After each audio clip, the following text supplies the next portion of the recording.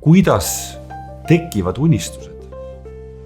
Inglise keeles on dream, sama sõna unenägu ja unistus, vahel öeldakse visioon.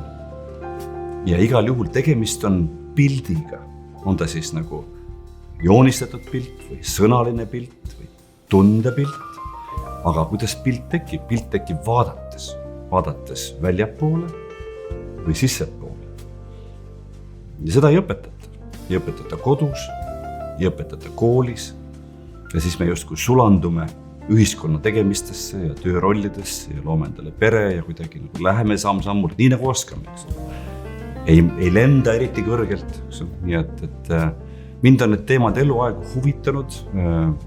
Ma olen vaadanud väljapoole, olen vaadanud, mis teistel on, mida teised teevad ja olen ka järjest vanemaks saades õppinud rohkem sissepoole vaatama, ennast tunnetama ja tundma, enda vajadusi ja ideaale märkama